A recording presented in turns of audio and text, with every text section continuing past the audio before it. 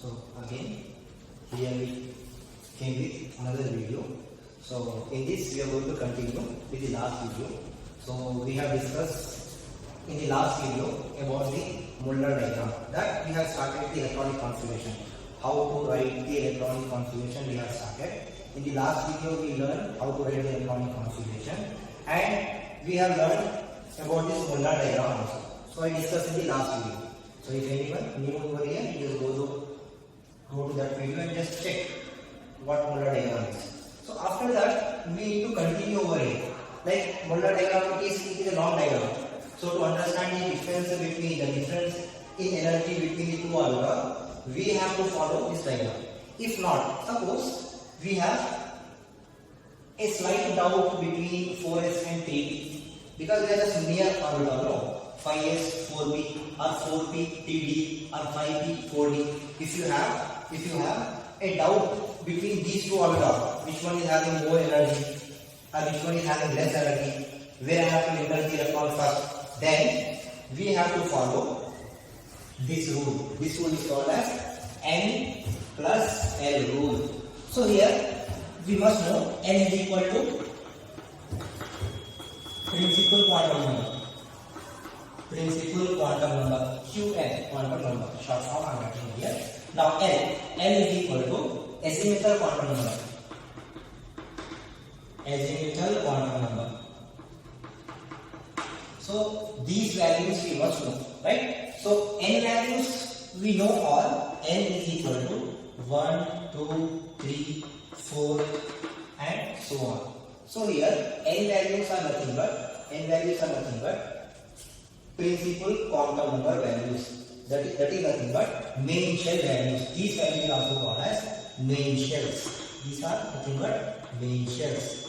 The shells which are present around the nucleus. The shells which are present around the nucleus.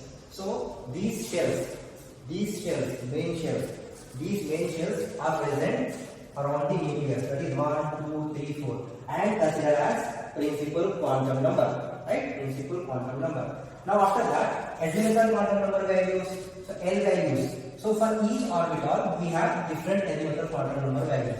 So in the quantum numbers, again we are going to discuss about this separately. I will discuss there. But here, for now, you just remember that S, the azimuthal quantum number value for each orbital, azimuthal quantum number value.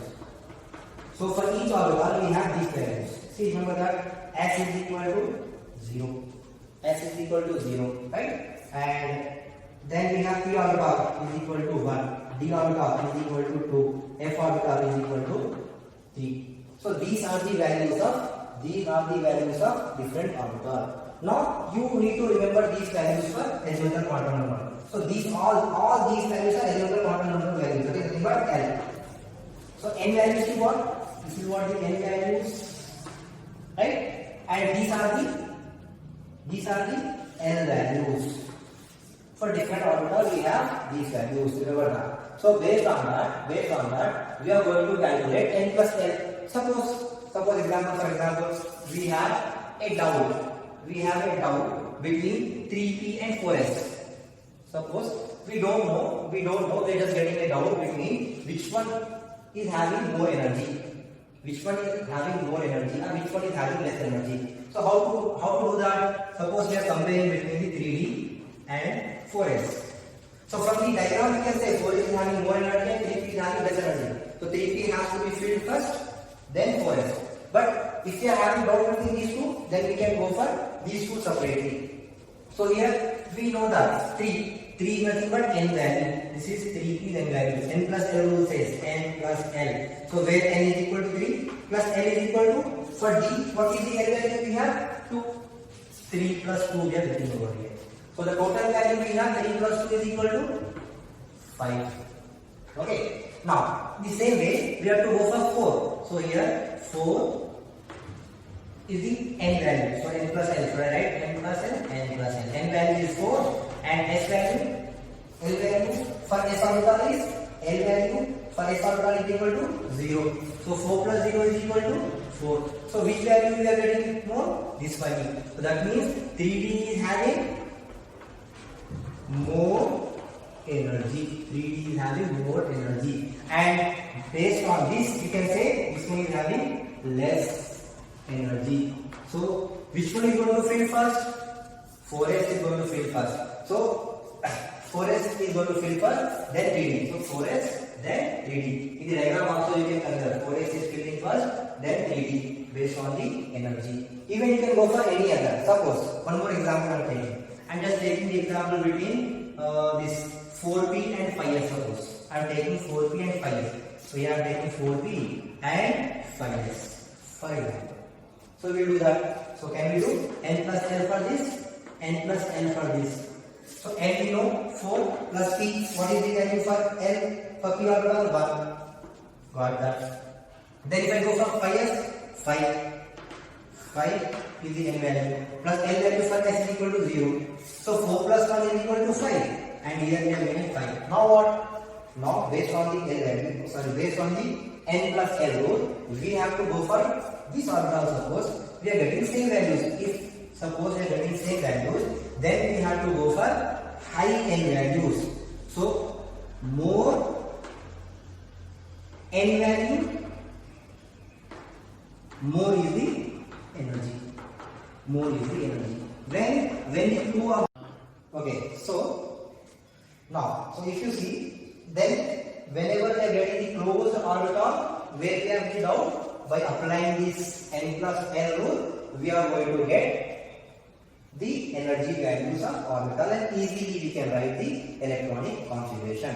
Now, after this topic, we are going to continue some etc. Now, we are able to write the electronic configuration of all the elements. Whatever the element, if I give to you, you are able to write. So, practice some element in your home. Just practice some element that we can write the electronic configuration of those elements. Then after that, I am just going to explain you some exceptional electronic configuration. Normally, whatever the electronic configuration we have to write over here, this we can write, but some element is showing some different. So that exceptional electronic configuration we are going to discuss now. So you see some exceptional one.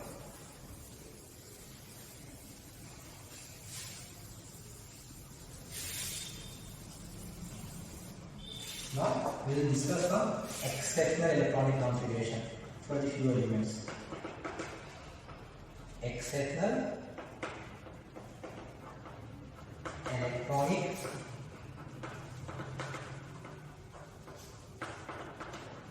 configuration. Now see, for some element, like example number one I am taking element which is showing exceptional electronic configuration is chromium. Atomic number of chromium is 24, right? Now if I write the electronic configuration of chromium, it should be 1s2, 2s2, 2p6, 3s2, right? 3s2, 3p6, 4s2, 3d, 4, right? See here. Now you can count the electrons. 2 plus 2 plus 6, 10, 12, 18, 20, 24. So 24 electrons we have filled in all the orbitals based on their energy. You can see 1s1, then 2s, then 2p, then 3s, 3p, then 4s, then 3d. Right? Now after that, if you see, what are the exceptions over here? If you write this is going to be wrong. The correct is 4s1, 3d, 5. So we know that in the d orbital, we have 5 shells. 1, 2, 3, 4 and 5. So in this, we have 4s. So the energy difference is very less between these two. So in this 4s we have 2 and D we have 1, 2, 3, 4, 5. 5 electrons we have. Actually 4 we have. If we are having 2 over here based on this electronic configuration. But if they are getting 1 electron in this D orbital, then they are going to get all subshell is going to get 1 electron. That means they are getting stability. So 1 electron they are taking from this orbital. So this 1 electron is shifting over here. So this 1 electron shifting to this orbital and they are forming stability. So this is called as half filled. So half filled is stability. So to reach this stability, 1 electron from the s orbital is jumping to the d orbital. right? So from lower energy to higher energy, electrons are jumping to get stability. What is stability over here? Half filled. Whenever d orbital is half filled, all the subshell of d orbital is singly filled, then it is called as half filled. So half filled is nothing but the stability. So here the element is going to get more stable and less reactive. So stability when they are achieving, for that they are taking one electron. So instead of this electronic configuration, they are getting which electronic configuration? This one, 4s1 3d5. So remember that chromium is having 24 and this is what they are having, electronic configuration 4s1 3d5 instead of 4s2 3d4. In the same way, if I go for second example like copper, atomic number of copper is 29, D block element. Right? Here also, if you write the total electronic configuration of copper, it is same like 1s2, 2s2, 2p6, 3s2, 3p6, 4s2, 3d9. It should be 3d9. Again, this is going to be wrong. If we write, the correct answer is 4s1, 3d10. Again over here also, like half filled, here one electron is jumping from s orbital and making d orbital completely filled in this way. So one electron they are taking from here and making it 10. So 10 is nothing but completely filled. Completely filled means again they are stable. So half filled is stable, completely filled is also stable. So for that reason, copper instead of 4s2 3d9 showing 4s1 3d10. So in the same likewise, many other elements show differences. After that, if you see copper, so copper is the 3d filled element 29, atomic number 29. Just below the copper, we have one more element. That is, after copper we have platinum, then we have gold. All those elements are also going to show the same difference. So platinum and gold, copper, silver. After that silver we have Ag. That is 47. Gold, Au, 79. So in the outermost shell, 5s2, 49. The outermost shell is going to be this one. 5s2, 49 for them. This one, 6s2, 5d9. So this is wrong. Because one electron they are taking over here and becoming what? 1 over here and 10 over here. It is also going to be 1 over here, 10 over here. Then now it is becoming what? Correct electronic configuration. In the same way, just below the chromium we have molybdenum. And just below the molybdenum we have tungsten. W, tungsten. Molybdenum atomic number is 42. Here we have 74. This element is also showing same 4s2. After that 5s2 3d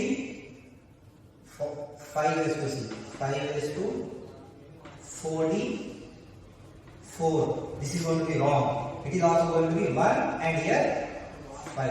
Here also 6s1 5d 5. This one is correct for them. One electron they are taking and making d orbital half filled. So under the chromium, molybdenum and tungsten also show the same. Under the copper, silver and gold also showing same. Right? So copper, silver, gold exception. One more electron that takes from s orbital and copper, silver, gold becoming what? Completely filled. The same way chromium, molybdenum, tungsten.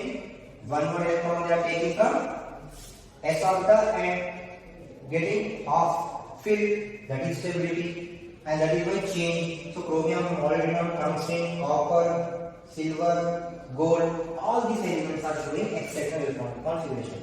So apart from these, we have two more elements. That